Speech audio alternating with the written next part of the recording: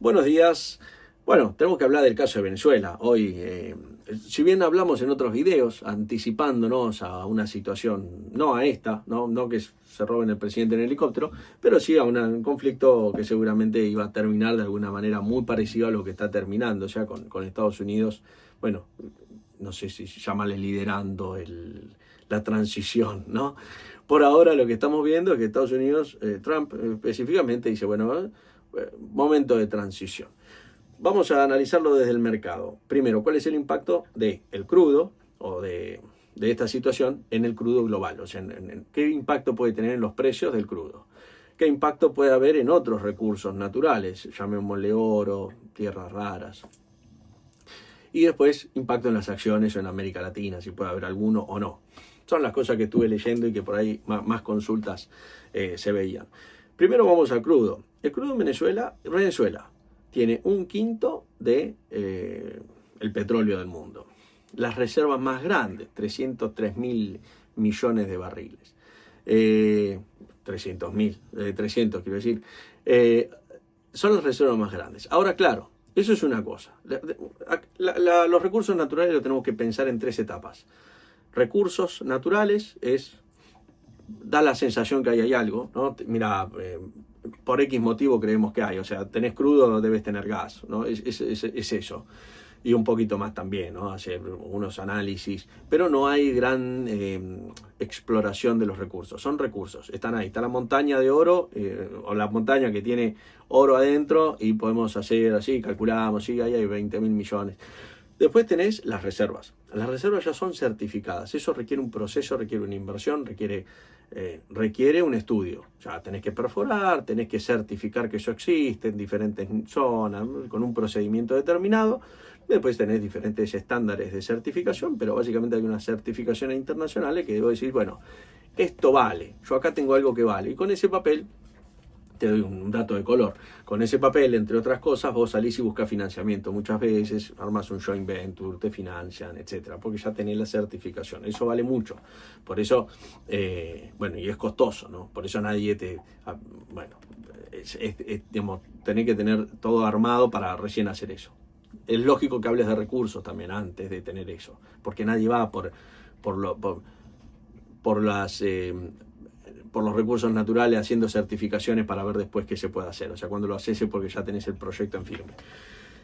Entonces, Venezuela tiene reservas, tiene los recursos, tiene las reservas. El tema es que el costo, tiene un crudo de baja calidad. A ver, hay como todo. No significa que no sirva. Hay buenos y hay malos. Bueno, para todo hay un mercado. En el mundo es así, el mercado de alimentos, el mercado de todo. Mala calidad también se usa.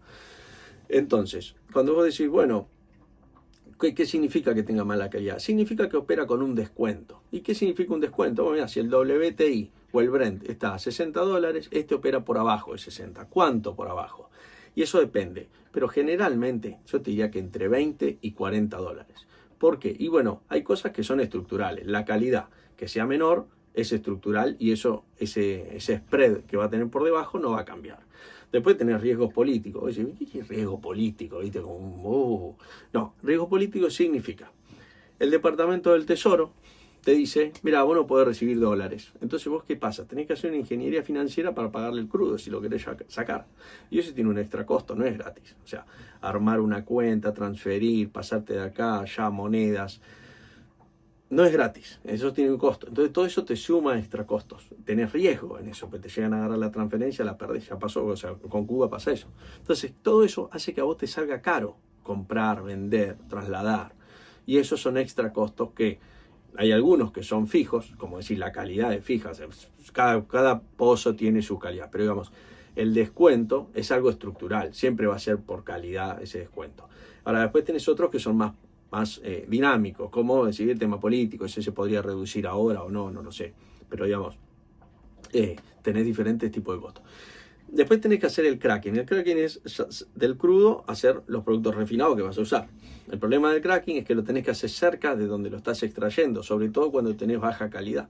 ¿Por qué? Y porque imagínate que si no tenés que cargar en un buque, mover ese buque, ir a otra planta, utilizarlo ahí, o sea, hacer el cracking ahí, la refinación, y todos los desperdicios, las sobras, los desechos, llamémosle, que te queda de ahí, que son productos de muy bajo valor o nulo valor, estuviste trasladando márgenes, o sea, estuviste trasladando producto bruto para después tirarlo, entonces el costo logístico es muy grande.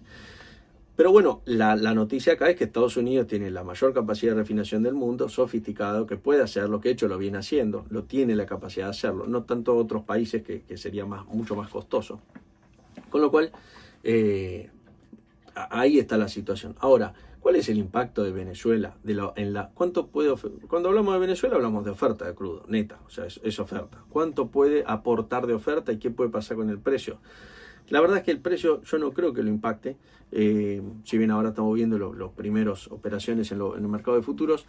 Primero porque, como dijimos, el impacto es muy bajo, o sea, en la producción global. Segundo, la producción global está muy regulada por la OPEP, o sea, tiene un peso grande, entonces si sucediese algo, la OPEP podría tranquilamente reducir la oferta y ajustar eso. Y después tenemos que hablar de precios de equilibrio. Cada pozo, cada zona, pero a veces se estandariza un poco, tiene un nivel de equilibrio. Es decir, si vos tenés que un crudo te cuesta, por ejemplo, $30 extraerlo, o $35 no es lo mismo que un crudo que vale $3, ¿no?, de extracción. Y ahí además tenés las calidades, tenés los descuentos. Entonces, con un Brent en $80, hay un montón de pozos que se vuelven rentables y que tiene sentido extracciones, trabajar en la extracción, y con un Brent en $50 no. Entonces, lo que te pasa es que automáticamente la oferta se ajusta. Si el precio baja, la oferta se ajusta, porque hay pozos que directamente no tiene sentido extraer, porque cada litro que extraes o cada barril que extraes tiene costo, o sea, tiene margen negativo. Entonces, eso también te regula la oferta. Entonces, el impacto de Venezuela yo creo que es relativamente muy bajo. Ahora, ¿que la producción puede aumentar? Sí. ¿A cuánto? Mira, el histórico tuvo en 3 millones. ¿Puede aumentar más? Sí, por supuesto. ¿Cuántos años se necesitan? Y son varios. No son 3 meses, no son 6 meses. Por eso el mercado no lo descuenta. Y no vamos a hablar del crudo, lo que va a pasar en 5 años, porque la verdad es que a duras penas puedo imaginar lo que puede pasar mañana. Menos puedo imaginarme yo qué va a pasar en 5 años. Podemos tener algunas líneas, sí, Venezuela podría subir, pero hay que ver qué pasa en el resto de los países, hay que ver qué pasa con el precio del crudo, hay que ver tantas cosas que no tienen ni sentido, me parece a mí, ¿no? Pero bueno, Estados Unidos seguramente quiera intentar mejorar la producción de crudo, hacer algunas inversiones, apoyado obviamente en el know-how de las empresas que tiene Estados Unidos, y por otro lado la deuda de Venezuela, que es altísima, que tiene un montón de intereses sin pagar y demás, que habrá que reestructurarla, habrá que ver la forma, y ahí hay muchos métodos como para poder encaminar que empiece a funcionar la extracción de crudo nuevamente, reconstruir esa parte productiva de Venezuela, y en ese camino ir acomodando lo que es la deuda pública de Venezuela. Bueno, eso habrá que ver cómo se sigue, ¿no? El tema del oro, porque Venezuela también tiene reservas de oro, ¿no? Tiene recursos naturales y las reservas son más limitadas, o sea, como dije antes, ¿no? 3 etapas. Recursos naturales, se estima que las reservas son 20.000 millones, más o menos, ¿no? Pasa que no están certificadas, pero bueno, están ahí, tampoco... o se estima que está ahí. Ahí, ¿cuál es el punto? Como todo, la eficiencia. No es lo mismo sacar, no sé, 2 toneladas de roca para conseguir 1 libra a tener que sacar 1 tonelada. No es lo mismo, no es lo mismo el costo, básicamente. Ahora, en el oro, si bien hay una demanda de los bancos centrales, no parece que haya un gran... Hay un negocio ahí, por supuesto, como en todos los recursos naturales, pero no es que hay un problema, me parece, coyuntural como en otros metales, por ejemplo el caso de la plata, que está habiendo escasez del metal y se necesita para la industria, entonces eso genera una volatilidad mucho mayor. En el oro es una suba de precios que está en parte motorizada por los miedos que hay en la macroeconomía. Con lo cual, bueno, eso son la situación en Venezuela, la situación del crudo, y después podemos hablar del riesgo geopolítico. ¿Qué veía el mercado? ¿El mercado priceaba un riesgo geopolítico? ¿Eso impacta en Argentina? Yo creo que no impacta para nada, que no tiene nada que ver una cosa con la otra, que nadie... Primero, que Venezuela ya se había caído del mapa en términos de riesgo, Argentina lo mismo, con lo cual no es que el mundo veía en Latinoamérica un pricing de riesgo geopolítico, entonces ahora como eso un poco se desvanece porque no hay guerra o no pareciera que la vaya a haber, entonces ahora el riesgo país de los bonos de Latinoamérica va a bajar. No lo veo realmente, porque si miramos las primas de riesgo de los bonos no veíamos ese riesgo, si miramos la volatilidad no la veíamos, y digo, no la veíamos con la flota Estados Unidos enfrente a Venezuela, ¿no? Atacando o quedándose con buques cargueros, no te estoy hablando de que, porque a veces puede ser una noticia que vos no te la esperabas y de golpe se da, ¿no? Pero no es esta la situación. Se veía venir, estaba anunciado, bueno, viste, si tiene 4 patas y ladra, es un perro, viste, es así. Entonces, bueno, esa es la situación y no se veía volatilidad en el mercado, con lo cual yo no creo que haya ningún tipo de impacto en el mercado de acciones en ese sentido. Después imaginar un poco lo que va a pasar en Venezuela, que las inversiones, que dónde van a salir, eso me parece un poco prematuro y no le veo mucho sentido técnico a eso. Tenemos que hablar después de los bonos de Estados Unidos, porque el mundo sigue girando, y la curva está empinada en su mayor nivel desde los últimos tiempos. ¿Qué significa esto? Que los bonos de 2 años se están cotizando 150 basis, casi por debajo de los de 30 años. Estamos viendo esta empinación de la curva. Y eso se está dando porque la Fed está trabajando sobre la parte corta de la curva, pero la parte larga depende del mercado. Y estamos viendo esa empinación de la curva.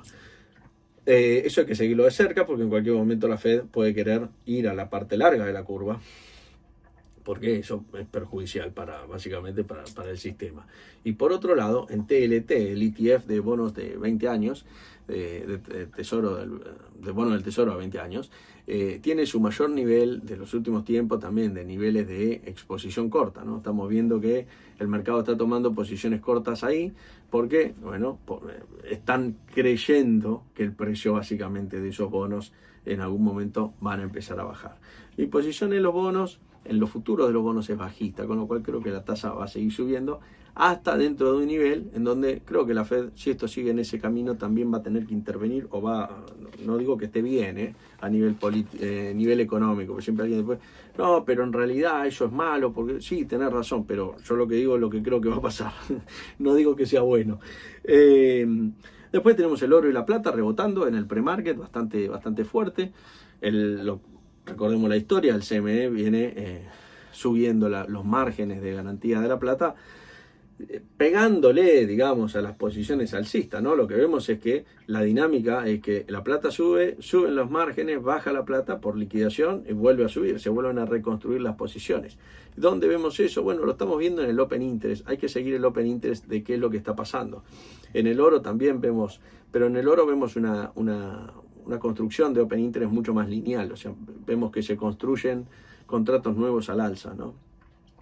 Después tenemos una suba en el níquel que está en niveles máximos desde octubre del 24. Y después vemos el Bitcoin. Bitcoin y Ethereum están los dos subiendo. Los dos rompieron la media de 50. Esto sirve para darse una idea de qué es dónde está el precio últimamente.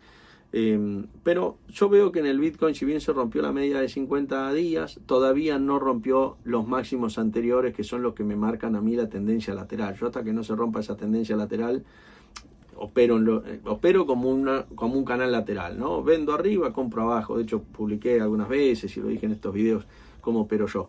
Ahora, en la zona de techo vendo y espero, ¿no? Salvo que se rompa esa zona y bueno, ahí podríamos hablar de una tendencia alcista nuevamente o que vaya a buscar, ¿no? los niveles previos máximos.